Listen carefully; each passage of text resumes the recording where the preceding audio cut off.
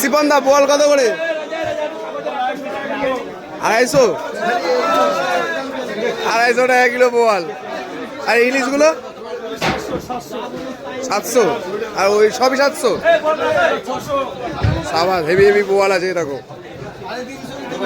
বোয়ালগুলো heavy আছে। বিশাল মাল নিয়ে বিলাসপুর নাকি? বিলাসপুর 250 টাকায়,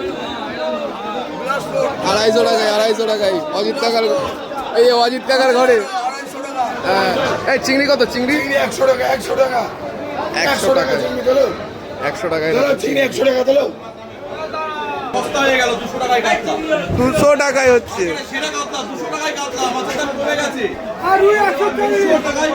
রুই কত?